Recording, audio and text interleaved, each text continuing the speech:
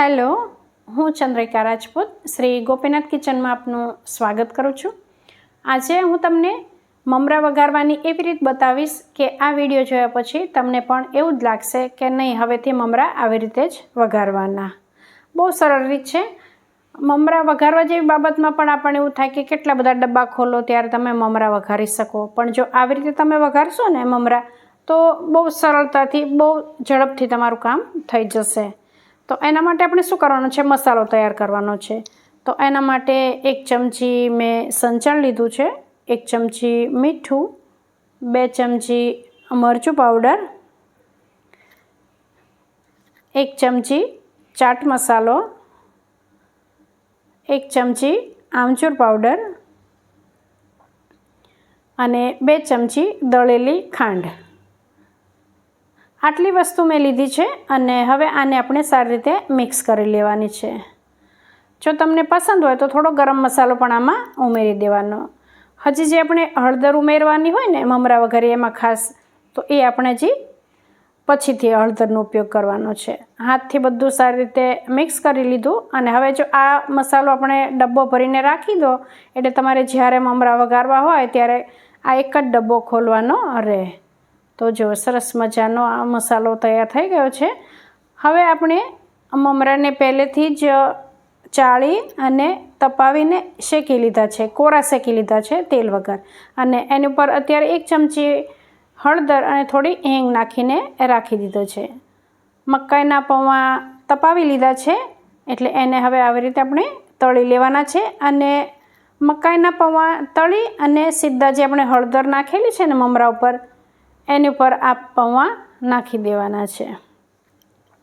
આવી રીતે આપણને જેટલા યોગ્ય માત્રામાં લાગે એ પ્રમાણેના મકાઈના પૌવા તળી લેવાના। અને પછી અહીંયા મારી પાસે આ શેકેલા સિંગદાણાના ફાડા હતા તો હું એનો ઉપયોગ કરી લઉં છું, એટલા માટે મેં 1 સિંગદાણા લીધા અને એને તળીને હું મમરામાં આને મિક્સ કરી દઈશ। પણ તમે તમારે પાસે આ જે કાચા સિંગદાણા હોય એને તળી લેવાના અને તમને જેટલી માત્રામાં ગમતા હોય એ પ્રમાણેના તમારે લેવાના। હવે આપણે મીઠા લીમડાના પાન આવે ને એ આવી રીતે આપણે આખી તીરખીઓ જ આપણે તળી લઈશું, એટલે બધા પાન છૂટા ના પડી જાય, સરસ ક્રિસ્પી થઈ જાય એટલે આપણે આને તેલમાંથી કાઢી લઈશું। અને મીઠા લીમડાના પાનથી વઘારેલા મમરા હોય ને એટલે ખાવામાં સરસ લાગે, સ્વાદિષ્ટ લાગે।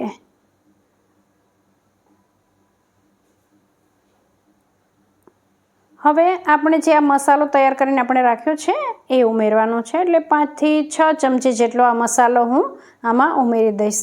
અહીંયા જે મેં આ મમરા લીધા છે એ આખું પેકેટ આવે ને એ લીધા છે અને આપણે મકાઈના પૌવા પણ એડ કર્યા છે એટલે મસાલો એ પ્રમાણે જોઈશે। હવે આમાં 4 થી 5 ચમચા જેટલું ગરમ તેલ અને ટોટલ 3 ચમચી જેટલી હળદર મેં ઉમેરી છે। આપણે ગરમ તેલ આ 4-5 ચમચા જેટલું તો ઉમેરવું જ પડશે, કેમ કે મમરા તેલવાળા થાય તો જ એના પર મસાલો ચોંટે ને, એટલે આપણે 4-5 ચમચા જેટલું તેલ ગરમ ઉમેરી દેવાનું અને બધું સારી રીતે મિક્સ કરી લેવાનું। હવે જે આપણે આ મસાલો આપણે નાખ્યો છે ને એ આપણે 5-6 ચમચી જેટલો નાખીને ટેસ્ટ કરી લેવાનો। જો આપણને વધારે જરૂર લાગે તો થોડો વધારે પણ ઉમેરી શકાય છે। તો આવી રીતે મમરા વઘારશો ને તો તમને બહુ આમ સરળ લાગશે, વધારે માત્રામાં વઘારવા હશે ને તોય તમને કંટાળો નહીં આવે। અને જો આવો મસાલો તૈયાર કરીને રાખી દેશો અને તમે થોડા વઘારીને ખાતા હોય ને તોય તમારે બહુ કામ સરળ થઈ જશે। એક જ ડબ્બો ખોલશો એટલે મમરાને તેલમાં વઘારી, હળદર નાખી વઘારીને એ મસાલો જ નાખવાનો રહેશે, એટલે બહુ સરળ રીત રહેશે આવી રીતે તમે મસાલો બનાવીને રાખી દેશો તો જો તમને આ મમરા વઘારવાની ટ્રીક ગમી હોય તો વિડીયોને લાઇક કરજો, શેર કરજો, ચેનલ પર નવા હોય તો સબસ્ક્રાઈબ કરવાનું ભૂલતા નહીં।